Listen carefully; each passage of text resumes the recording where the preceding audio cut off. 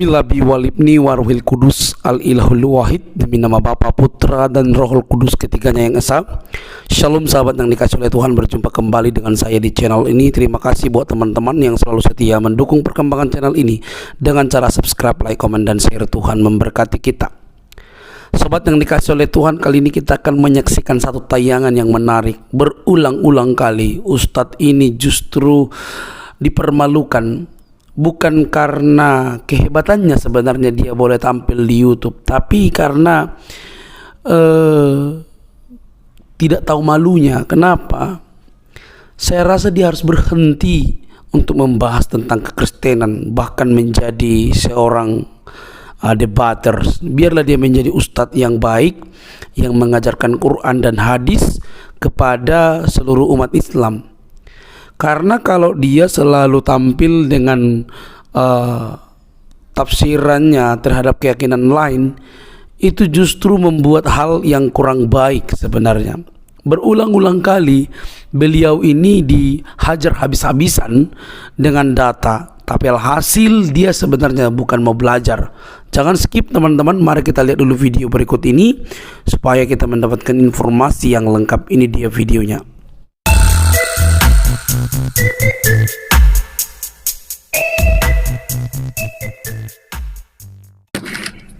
Kita mulai saja ya. Iya, Ini Pak, tema saya apa yang memulai dengan ini Pak. Saya meyakini Yesus Kristus adalah Tuhan, dan memang ada banyak ayat dalam Perjanjian Baru yang mengatakan itu, tapi saya ambil satu ayat saja. Yohanes pasal 13 ayat 13. Ya, mungkin ini juga ayat yang sudah banyak kali dengar oleh Pak Suma. Jadi saya bacakannya buat kita semua. Silakan Pak Pendeta. Ya. Yohanes 13 ayat 13, kamu menyebut aku guru dan Tuhan, dan katamu itu tepat sebab memang akulah guru dan Tuhan. Jadi Yesus menyampaikan kalimat ini ya kepada murid-muridnya dengan mengatakan kepada mereka bahwa kamu menyebut aku guru dan Tuhan, dan benarlah perkataanmu bahwa akulah guru dan Tuhan. Ya, memang kata Tuhan di situ menggunakan kata kurios yang seringkali dipermasalahkan oleh orang banyak. Tapi sesungguhnya kalau kita lihat kurios di dalam kamus bahasa Yunani, kurios itu bisa diterjemahkan menjadi Tuhan, bisa juga diterjemahkan menjadi Tuhan. Maka saya tidak heran kalau pada akhirnya Lembaga Alkitab Indonesia menggunakan kata kurios dan menerjemahkannya menjadi Tuhan. Karena tentu saja dengan membandingkan ayat-ayat yang lain di dalam Perjanjian Baru yang benar-benar menekankan atau benar-benar memberikan ketegasan bahwa Yesus itu adalah Tuhan. Tetapi kalau sekiranya mungkin ya ada orang yang tetap memaksakan diri yang mengatakan bahwa kurios itu bukan Tuhan, malahan hanya Tuhan, yang walaupun kalau kita lihat dalam kamus bahasa Yunani itu kurios itu Pak Suma juga bisa berarti Tuhan kan. Nah, di dalam Filipi pasal yang kedua, kata kurios di sana digunakan sekali lagi ya. Saya akan bacakan ini kata kurios. Ini sanggahan, kalaupun ya demi menghemat waktu, kalaupun mungkin akan dibantah kata kurios itu berarti Tuhan. Maka kalau kita lihat Filipi pasal yang kedua di ayat yang ke-10 atau ayat 9, ayat 10 11 saya bacakan. Supaya dalam nama Yesus bertekuk lutut segala yang ada di langit dan yang ada di atas bumi dan yang di bawah bumi, dan segala lidah mengaku Yesus Kristus adalah Tuhan, bagi kemuliaan Allah Bapa. Jadi kata Tuhan di situ juga menggunakan kata kurios. Nah, dengan pengertian kalau orang-orang menekankan kurios juga berarti hanya Tuhan, maka hanya Tuhan bukan Tuhan, maka Tuhan macam apa? Yang dimana di ayat yang ke-10 berkata bahwa yang ada di langit akan bertekuk lutut, dan yang ada di atas bumi dan yang ada di bawah bumi, dan segala lidah, kalau bilang segala lidah berarti semua lidah, mengaku Yesus Kristus adalah kurios. Jadi pertanyaannya, kurios macam apa? Yang dimana semua lidah akan mengaku, semua lutut akan bertelut. Ya, siapapun bisa menjadi Tuhan, tapi dia tidak bisa menjadi Tuhan di atas langit, di atas bumi dan di bawah bumi, dan dia tidak bisa diakui oleh segala lidah. Jadi saya berharap ini tanggapan yang apa yang dapat saya sampaikan, dan saya berharap Pak Suma dapat memberikan tanggapan. Saya ingin mendengarkannya. Silakan Pak Suma. Baik, Bismillahirrahmanirrahim. Jadi apa yang Pak Pendeta sampaikan barusan itu kan tataran iman ya, tataran iman yang kemudian bertolak belakang dengan logika gitu, bertolak belakang dengan logika. Dan itu kemudian tidak bisa diimani dengan menjadikan akal itu sebagai dasar pijakan, kemudian untuk beriman. Kalau akal yang digunakan, maka apa yang saudara saya sampaikan ini, Pak Pendeta sampaikan, itu tidak akan pernah bisa masuk dalam logika kita sebagai manusia. Yang pertama, tidak ada ilmu di atas muka bumi ini, ilmu apapun itu, kecuali ilmu lupa ingatan, yang bisa kita gunakan untuk membuktikan Yesus itu bukan manusia. Itu satu. Terkecuali kalau malam ini Pak Pendeta bisa membuktikan ke saya Yesus bukan manusia, barulah dia itu bisa menjadi Tuhan. Nah, lihat. Di sini terlihat si Juma benar-benar sangat blunder. Dia tidak mengerti bahwa Alkitab itu dicatat 2000 tahun yang lalu, ketika di mana Tuhan Yesus hadir dan banyak sekali melakukan tanda-tanda ajaib yang sebenarnya manusia tidak bisa lakukan, kecuali kalau bukan Tuhan yang melakukan. Contohnya seperti Yesus menghentikan, bahkan memberhentikan badai ketika kapal murid-muridnya terombang-ambing di tengah laut. Kemudian Yesus memberi makan 5.000 orang laki-laki, belum termasuk perempuan. Bahkan Yesus membangkitkan orang mati, mencelikan mata orang buta, bahkan yang bisu dapat berbicara, yang lumpuh berjalan. Nah, kalau itu manusia biasa, nggak mungkin bisa dikerjakan. Nah, orang-orang dulu sudah putus asa dengan masalah yang mereka hadapi. Tetapi ketika Yesus hadir di tengah-tengah mereka, secara wujud memang mereka melihat Yesus itu manusia. Tetapi yang dikerjakan oleh Yesus bukan perkara-perkara yang bisa dikerjakan manusia. Justru keterbatasan manusia, itu yang dijawab oleh Tuhan Yesus. Itu sebabnya manusia-manusia dulu ketika berjumpa dengan Tuhan, mereka mengakui bahwa Yesus itu adalah Tuhan. Karena persoalan mereka yang tidak bisa diselesaikan secara manusia, dapat diselesaikan oleh Tuhan. Siapa yang bisa menyembuhkan mata orang buta? Siapa yang bisa membangkitkan orang mati kalau bukan Tuhan? Manusia mana yang bisa melakukan itu? Si Juma mengukur dirinya dari zaman sekarang karena jauh sekali melihat Tuhan. Lalu dia ukurkan bahwa Yesus itu lahir dari perawan perempuan Maria dan dia itu manusia biasa. Terlalu dangkal pikirannya. Seharusnya dia gali dan dia mulai meneliti Alkitab, dia coba bahas Alkitab, dia masuk ke dalam situasi zaman dulu ketika Yesus melakukan tanda-tanda ajaib itu. Itu sebabnya orang sujud menyembahnya. Benar-benar Yesus itu adalah Allah. Kita lanjutkan. Selama Yesus itu manusia, logika sehat manusia tidak akan pernah bisa menerima apa yang Pak Pendeta sampaikan, kecuali doktrin dan dogma yang bermain. Karena ini kitab Anda yang mengatakan di dalam Ibrani 13:8 bahwa Yesus kemarin, sekarang maupun selamanya itu adalah tetap sama. Dia tidak pernah berubah. Begitu juga Tuhan yang datang kepada Bani Israel di dalam Yesaya 43 nomor 10, dia malah mengangkat saksi. Engkaulah saksi-saksiku, tidak ada Tuhan yang dibentuk sebelum aku, dan setelahnya tidak ada Tuhan yang dibentuk. Sementara kalau Anda membaca Yohanes 1 nomor 14, Yesus manusia yang Anda tuhankan itu adalah kehendak Tuhan untuk membuat seorang wanita Maria hamil dan melahirkan seorang manusia. Itu terjadi, maka dikatakan kehendak Tuhan telah menjadi manusia. Artinya Yesus itu adalah hal yang baru. Dia ciptaan. Nah, kenapa dia dikatakan sebagai ciptaan? Karena kalau dikatakan dia Tuhan, Tuhan di mana dia? Tuhan langit dan bumi sudah ada yang isi. Yang disebut oleh orang Bani Israel yaitu Yod-Heh-Vav-Heh, yang maha suci lagi maha tinggi. Jadi Yesus mau dapat posisi di mana dia? Di langit sudah ada Tuhan, di bumi juga sudah ada Tuhan. Dia Tuhan di mana kira-kira? Sementara Tuhan itu cuma satu. Tuhan yang datang kepada Nabi Musa, di dalam kitabnya Nabi Musa jelas sekali menerangkan dirinya bahwa tidak ada yang lain di hadapanku. Jangan ada lain di hadapanku. Jangan ada ilah lain. Pada saat Tuhan menyatakan dirinya jangan ada ilah lain, ilah yang menyatakan dirinya itu adalah, Bapak bisa baca dalam Yeremia 10 nomor 6, ilah yang tidak serupa dengan apapun. Ilah yang tidak serupa dengan apapun. Sementara Yesus adalah ilah sembahan yang serupa dengan Bang Suma. Nah, bagaimana ceritanya? Perintahnya udah jelas tuh. Ketika Yesus ditanya di Yohanes, ketika kemudian Yesus ditanya di Matius 19 ditanya, Tuhan ya, dalam bahasa Aramaiknya disebut Mar, Tuhan, perbuatan apa yang bisa aku lakukan supaya aku bisa memperoleh hidup yang kekal? Kan gitu. Nah, perintahnya kemudian diantaranya adalah tetap teguh kepada yang memerintahkan hukum 10 itu. Jangan ada ilah lain. Sementara Yesus itu adalah ilah baru yang disembah awal mula oleh orang-orang di Antioquia. Orang Yahudi, murid Yesus, itu tidak ada menyembah manusia, Pak Pendeta. Hanya orang-orang Roma, Yunani, sampai ke Asia, ke Indonesia yang menyembah kemudian ilah dalam bentuk manusia. Kita lihat di dalam Yeremia 10:6, saya ulang lagi, bahwa Tuhan yang Maha Besar itu tidak serupa dengan apapun. Yesus dalam 1 Yohanes 3 nomor 2 itu serupa dengan manusia. Serupa dengan manusia. Kalau Pak Pendeta malam ini bisa membuktikan bahwa anak Maria itu bukan manusia, ya berarti pendeta hebat. Silakan. Ya, ya saya mengangkat Yohanes 13 ayat 13 sebagai pembahasan kita di malam hari ini, ya kan? Di mana ayat tersebut mengatakan Yesus berkata kepada murid-muridnya bahwa berkatamu, engkau berkata bahwa aku adalah guru dan Tuhan, dan benarlah perkataanmu, sebab aku adalah guru dan Tuhan. Dan memang saya berharap ketika saya menyampaikan ini, Pak Suma itu memberikan tanggapan mengenai ayat ini.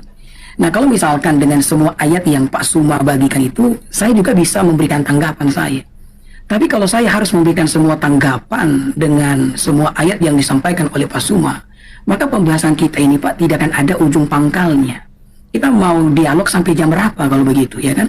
Jadi saya berharap begini, Pak Suma, ya. Kalau saya angkat mengenai Yohanes 13 ayat 13, ini bukti bahwa Yesus itu adalah Tuhan.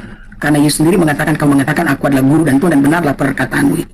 So, akulah guru dan Tuhan. Pak Suma tadi ngomong dari sekian banyak ya yang Pak Suma sampaikan, bahkan hanya orang Roma yang menyembah dia.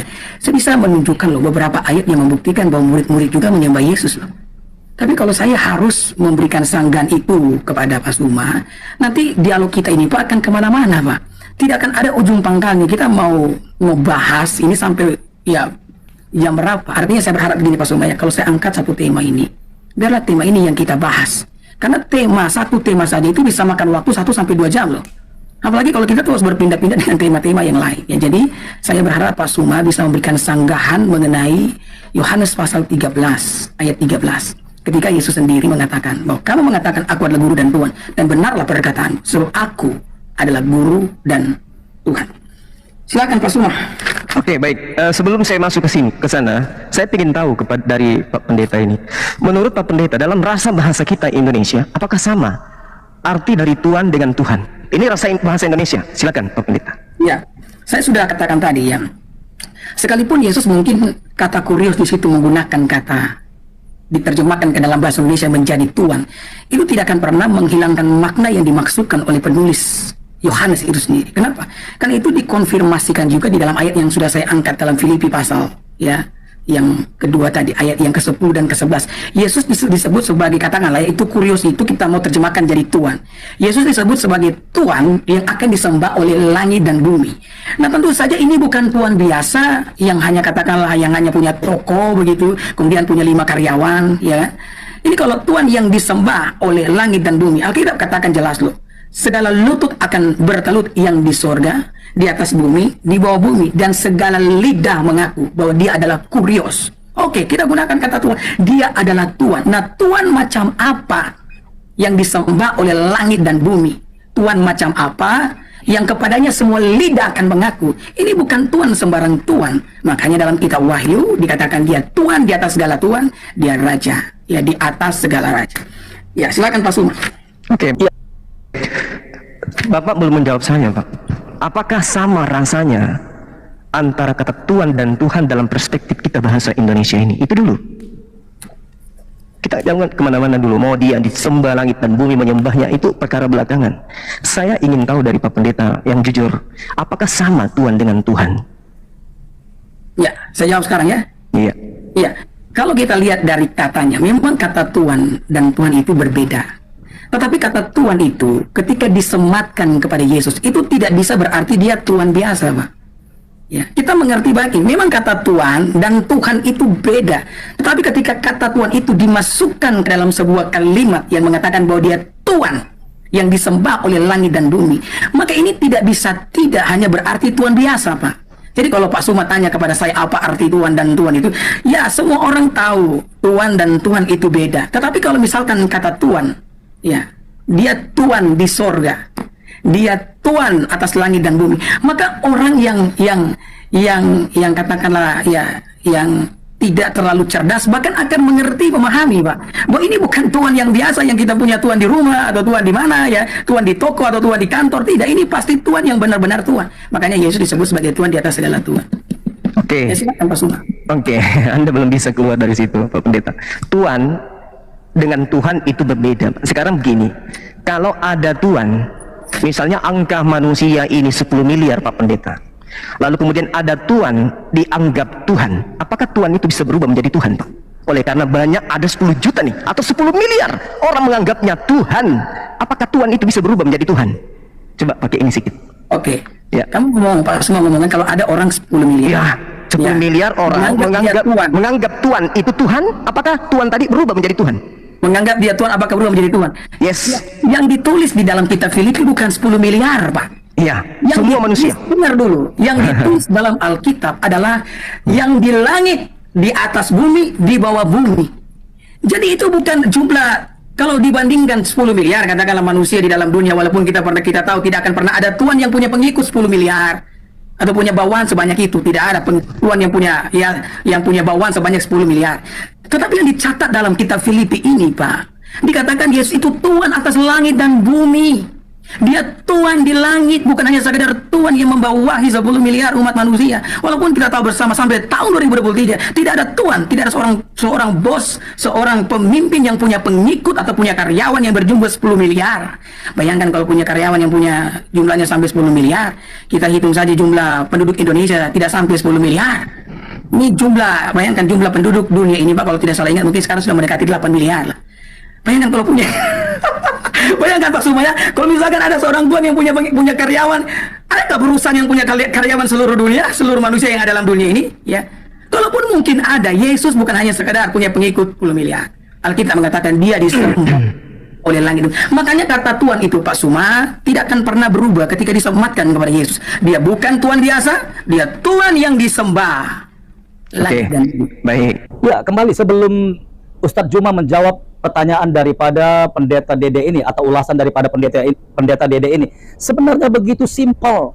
Ketika kata Tuhan disematkan dengan alam semesta, Tuhan atas alam semesta, dan itu artinya alam semesta ini tunduk kepada Tuhan yang disebutkan tadi, Tuhan atas segala bumi, Tuhan atas segala makhluk, dan itu artinya sudah jelas bahwa Yesus itulah penguasa. Dan tidak ada lagi manusia biasa yang punya gelar seperti itu. Hanya Tuhan dan Allah. Sekalipun Yesus berbentuk dan berwujud manusia, tetapi kekuasaannya telah diberikan dan telah dinyatakan di dalam dirinya. Itulah yang dilihat oleh manusia pada saat di mana Yesus menyatakan dirinya 2000 tahun yang lalu. Sayang daya nalar Ustadz Zuma ini tidak jalan. Dia tidak bisa membuat sebuah klarifikasi. Dia tidak bisa membuat satu perbandingan yang nyata. Kalau dia ukurkan miliaran manusia itu masih terlalu kecil dan tidak ada apa-apanya. Tapi kalau semesta alam ini, Yesus adalah Tuhan atas semesta alam ini. Siapa lagi yang bisa diukurkan seperti itu kecuali hanya kepada Yesus? Lalu kalau sudah seperti itu masih nggak percaya juga saudara-saudara. Terlebih lagi saudara-saudara yang beragama Muslim seperti Zuma ini. Kelewatan sekali. Baik, jadi Anda mencoba mendoktrin saya tapi itu nggak berhasil, Pak Pendeta. Saya katakan gini, Tuhan, dengarkan saya, Pak. Tuhan dan Tuhan itu berbeda. Dalam bahasa Aramaik dikatakan Mar itu Tuhan. Kalau Tuhan disebut Allah. Kurios dalam bahasa Yunani. Kalau Tuhan itu disebut Theos. Itu satu hal yang perlu Bapak ketahui. Jadi kalau ada Tuhan yang bukan Tuhan, seluruh makhluk di atas muka bumi ini memanggilnya Tuhan. Pertanyaan saya, seluruh makhluk yang ada di langit, seluruh makhluk yang ada di bumi, memanggil dia Tuhan. Apakah Tuhan tadi ini yang adalah Tuhan ini bisa berubah menjadi Tuhan? Ya, Bisa? ya saya ngomong. Kalau yang bukan Tuhan dipanggil oleh langit dan bumi, Tuhan dan menjadi Tuhan, ya kita mau jujur saja Pak, tidak ada yang di langit dan yang di bumi akan memanggil sosok yang bukan Tuhan itu menjadi Tuhan. Itu yang perlu kita akui. Tidak akan pernah ada. Kristen. Ya, saya jelaskan dulu Pak Suma. Ya, Pak Suma kan tadi kalau misalkan ada silakan. satu sosok Tuhan yang disembah oleh langit dan bumi, yang sebenarnya dia bukan Tuhan, tapi dia dipanggil Tuhan. Memangkah ada satu sosok yang disembah oleh langit dan bumi dan dia bukan Tuhan? Tidak ada, Pak. Yesus, Pak, buktinya. Ya, Yesus Pak buktinya. begini Pak, Yesus apa yang buktinya. Bapak, nah, Pak Suma, apa yang Pak Suma sampaikan adalah sesuatu yang salah kaprah Pak. Oh, nggak bisa. Nah, begini Pak, kalau misalkan ada satu sosok yang disembah oleh langit dan bumi, berarti dia betul-betul Tuhan Pak. Oh, siapa bilang? Tadi kan dia Tuhan. Anda lah yang menjadikan dia Tuhan. Begini, Pak. Jadi menurut Bapak langit-langit di surga itu akan salah menyembah? Saya tanya kepada saudara, dapat informasi mana bahwa di langit dan di bumi itu menyembah? Filipi kan? Iya, Filipi kan? Iya. Siapa yang menginformasikan itu, Pak? Yesus. Paulus, kenapa? Oh, Paulus. Tuhan mengatakan dalam kitab saudara dalam Yohanes 3 nomor 16. Yang perlu didengarkan siapa? Matius 17, Matius 15 nomor 7. Siapa yang mau didengarkan? Paulus atau Yesus, Pak? Baik, sebelum Pendeta Dede menjawab pertanyaan daripada Ustadz Zuma, ya, ada baiknya saya bisa menjawab sedikit saja. Sebenarnya Tuhan bisa melakukan sendiri. Tetapi kalau Tuhan melakukannya sendiri, siapa yang bisa percaya kalau tidak ada yang bisa, kalau tidak ada yang melihat atau saksinya? Salah satu contoh, Allah pernah dan bisa mencatat sendiri dalam batu tentang 10 hukum Taurat. Tetapi kalau seandainya setiap waktu sampai hari ini Allah menulis di batu, kira-kira ada yang percaya enggak bahwa Allah menulis tulisannya di batu dan mengingatkan manusia dengan tulisan tersebut, baik di batu atau mungkin di batang pohon? Pasti manusia lebih tidak percaya lagi. Itu sebabnya Allah membutuhkan manusia sebagai saksi, dan Allah memberikan tugas kepada manusia untuk disampaikan. Nah, kebaikannya adalah kalau ada saksi, itu artinya orang itu pernah mengalami dan pernah tahu tentang rahasia kealahan ini. Nah, contoh, kalau seandainya seorang presiden tidak punya rakyat, lalu dia mulai berkata-kata kemana-mana, aku adalah seorang presiden, tapi dia tidak punya rakyat, dia tidak punya massa. Kira-kira ada yang percaya? Tentu tidak percaya. Tetapi kalau dia punya massa, dia punya pengikut, dia punya rakyat, lalu dia berkata, aku adalah presiden, itu masih wajar. Tetapi itu pun masih nggak pantas. Kalau seorang presiden mengatakan aku presiden, tetapi lebih pantas lagi kalau rakyatnya yang mengakui benar dia itu adalah presiden kami, baru terlihat sah. Karena ada yang mengakui, ada saksi yang membuktikan, ada orang yang bisa menerima kenyataan itu. Jadi dalam perjalanan keimanan manusia dengan Allah seharusnya seperti itu. Kenapa Allah membutuhkan manusia sebagai saksi? Agar apa yang Allah perbuat itu ada yang membuktikannya, ada yang melihatnya. Jadi di sini pun Ustadz Zuma tidak bisa menangkap bagaimana cara kerja Allah. Sekali lagi kalau saya ulang, kalau seandainya Allah bekerja sendiri, dia menulis tulisannya di atas batu, lalu manusia menemukan tulisan itu, apakah manusia percaya bahwa itu adalah tulisan Allah? Bagaimana Allah menulis? Apakah tangannya keluar? Pasti manusia lebih bodoh lagi dalam pemikirannya. Sekalipun itu bisa, sekali lagi saya ulang, sekalipun itu bisa, zaman Musa Allah menulis di batu sekali saja. Tetapi yang kedua, Allah menyuruh Musa untuk menulis ulang, karena batu itu, 2 loh batu itu sempat dibanting dan pecah. Jadi di sini Zuma memang terlihat kedangkalan pemahamannya tentang Allah. Matius 17 ayat berapa? Coba Anda lihat di dalam kitab Anda sendiri. Yohanes 3 nomor 16. Coba Anda baca di sana. Ya, oke. Oke, silakan. Ya, ayat itu saya apa? Apa yang ingin Tolong Anda bacakan. Iya, silakan. Ya, karena begitu besar kasih Allah akan dunia ini sehingga ia mengaruniakan anak yang tunggal, supaya setiap orang yang percaya kepadanya tidak binasa melainkan beroleh hidup yang kekal. Silakan. Kalau Matius 15 nomor 7. Ya, Matius 15 ayat 7. Oke, Matius 15 ayat 7.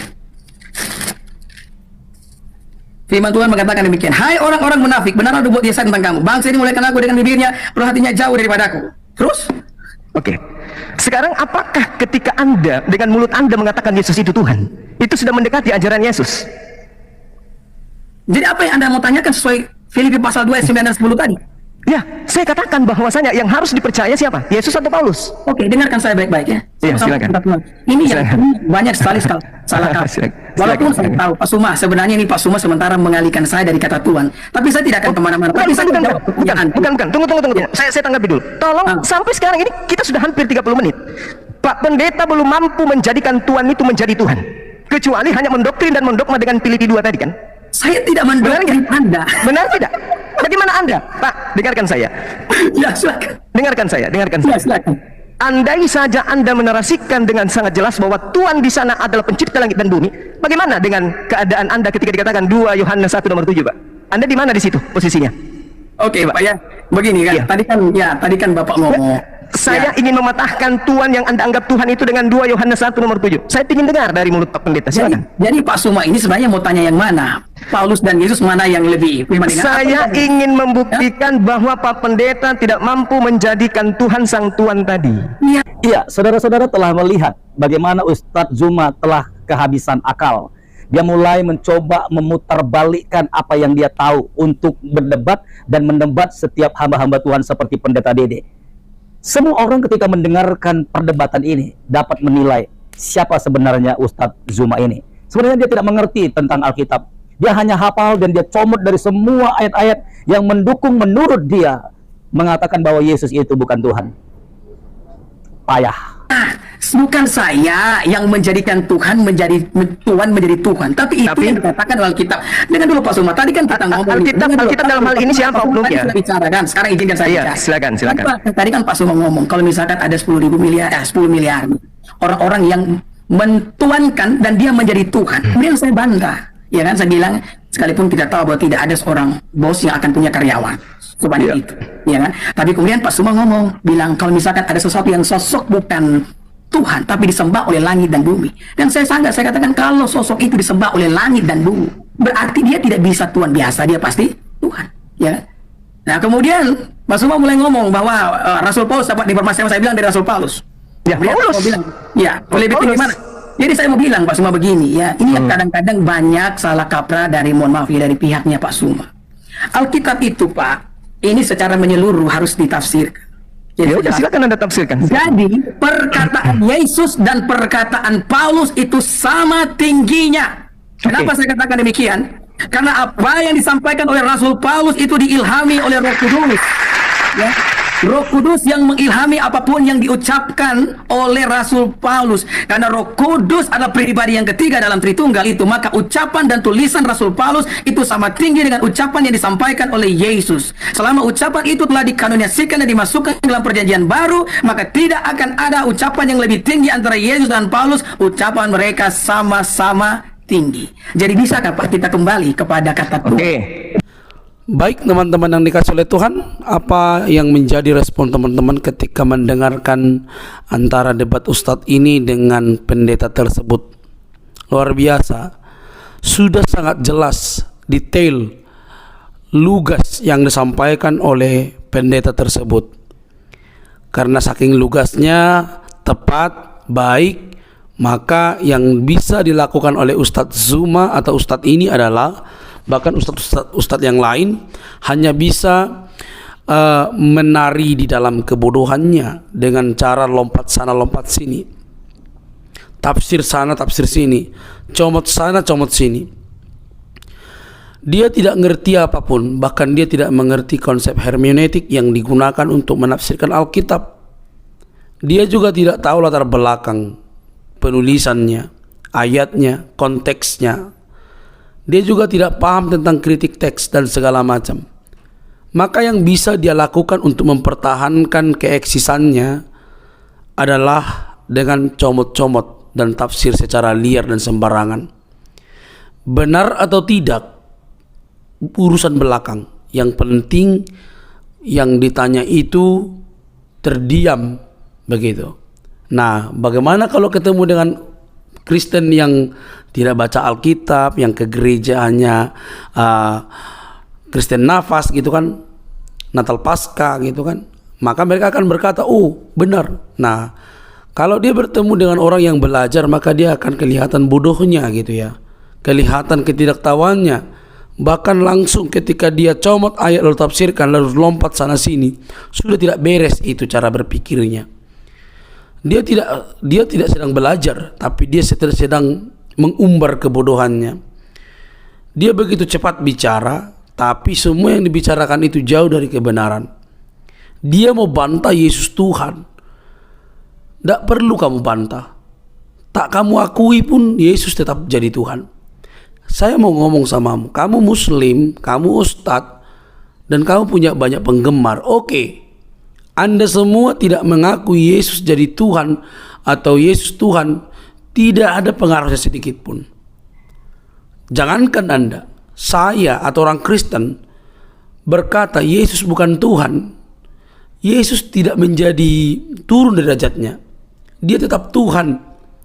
Jangankan manusia, malaikat saja sudah ngaku Yesus itu Tuhan. Dia yang pertama mengumandangkan kepada seluruh umat manusia dalam Lukas 2 ayat 11 bahwa hari ini telah lahir bagimu Kristus Tuhan di kota Daud.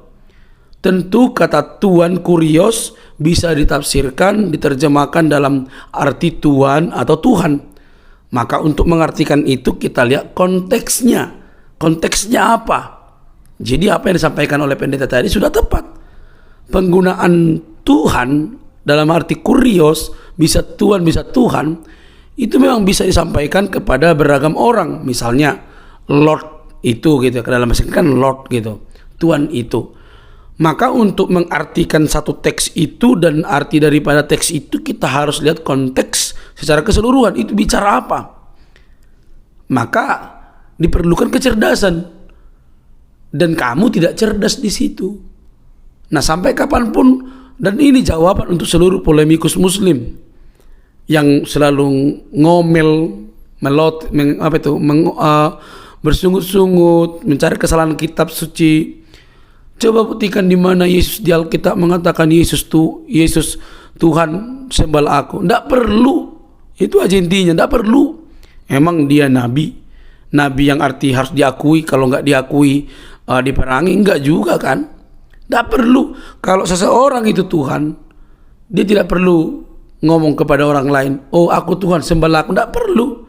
Dan di Alkitab juga tidak pernah dituliskan kata Tuhan Yesus, oh aku bukan Tuhan, jangan sembah aku. Yang ada adalah Yesus menunjukkan bukti dia Tuhan tanpa ngomong, walaupun bisa dibuktikan omongannya. Yang penting kamu tahu adalah ketika para murid berkata atau orang-orang Farisi melihat perbuatan Tuhan yang hanya bisa dilakukan oleh Tuhan, mereka katakan dia ini Tuhan. Apakah Yesus berkata, oh tidak, jangan sebut itu? Enggak, dia terima itu dengan baik. Maka tidak perlu seseorang Tuhan mencari pengakuan. Nanti akan dia tahu, orang tahu bahwa dia Tuhan. Jadi sampai di sini nalar kalian tidak jalan sebenarnya. Oke teman-teman, kebenaran itu mau kamu lawan pasti dia menang. Kebenaran itu mau kamu belokkan, dia pasti lurus terus menerus. Udah dari dulu sebelum Islam lahir itu sudah dilakukan oleh para bidat gitu ya. Sebelum Islam lahir di abad ke-7 sudah dilakukan para bidat untuk menyimpangkan, membelokkan kebenaran, tetap juga kokoh. Tidak pernah berhasil. Yang namanya kebenaran pasti ada KW. Yang KW inilah yang mencoba untuk meruntuhkan kebenaran. Dan sampai kapanpun ini tidak akan berhasil. Karena sang kebenaran itu Kristus yang memerdekakan manusia dari dosa, itu hidup, berkuasa. Artinya bukan dongeng yang turun dari langit lalu bisa diobrak-abrik. Karena kekristenan itu selalu berdasarkan sejarah, fakta, dan terjadi. Bukan atas dasar klaim yang selalu diumbar-umbar.